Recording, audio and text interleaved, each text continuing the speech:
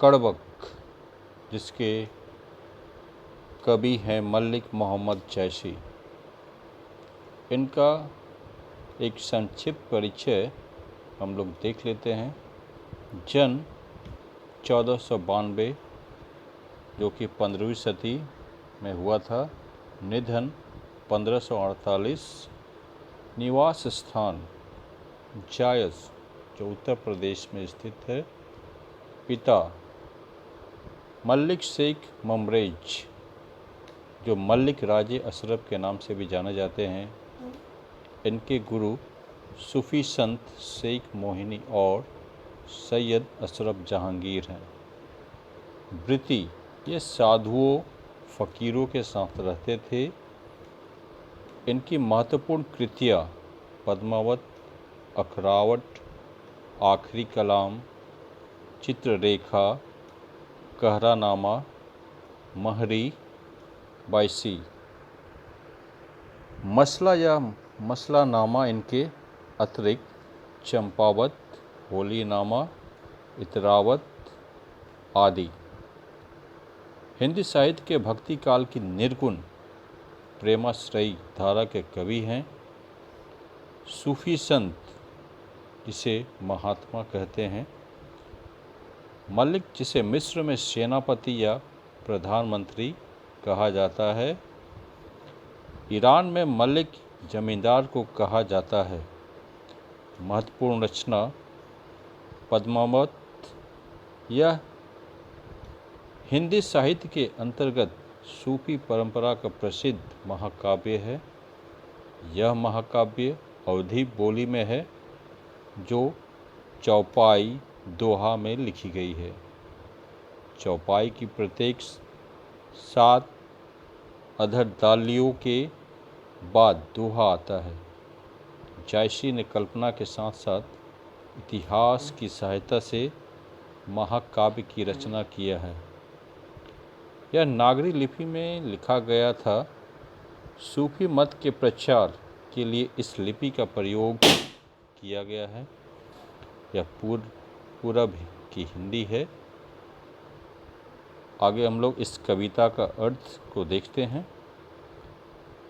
प्रथम कड़बक में मलिक मोहम्मद जैसी विनम्र व स्वाभिमान के साथ अपनी कुरूपता जो कि चेचक हो जाने के कारण एक आँख के अंधेपन को नज़रअंदाज किया है।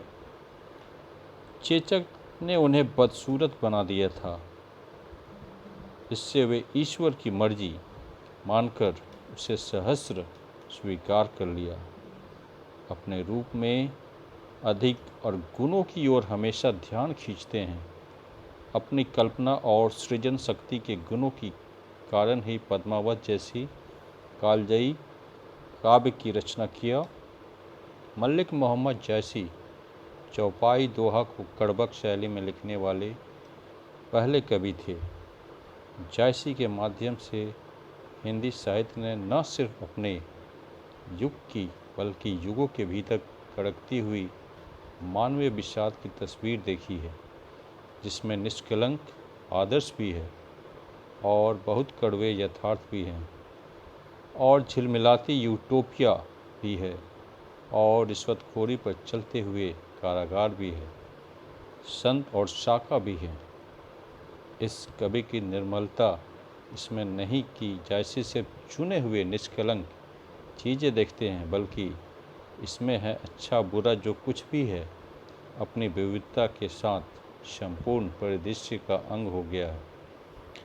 प्रस्तुत पंक्तियाँ मलिक मोहम्मद जैसी द्वारा रचित महाकाव्य पद्मावत के प्रारंभिक छंदों को कड़बक शैली में लिखी गई है।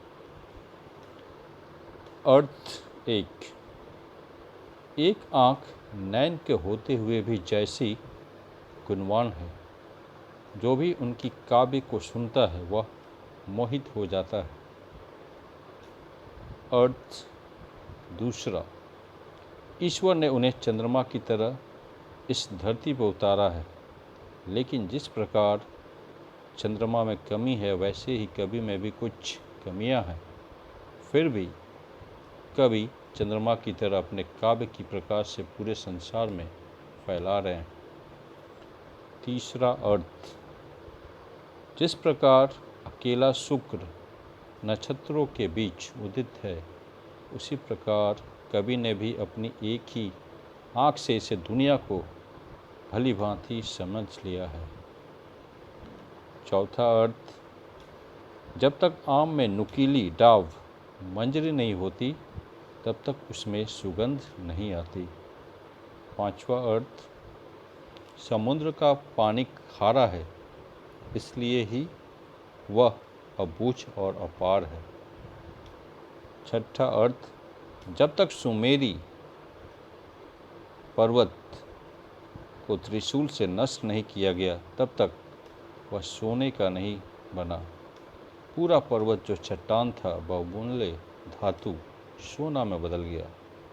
सातवां अर्थ, जब तक धरिया सोने गलाने वाला पात्र में सोना गलाया नहीं जाता, तब तक वह कच्चा धातु सोना यानी शुद्ध सोना के रूप में नहीं बदलता है।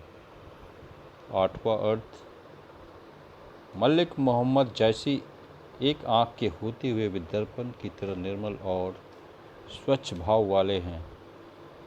नौवां अर्थ, इस गुण की वजह से हुए बड़े बड़े रूपवान लोग उनके चरण पकड़कर कुछ पाने की इच्छा लिए एकटक उनके मुंह की तरफ ताका करते हैं।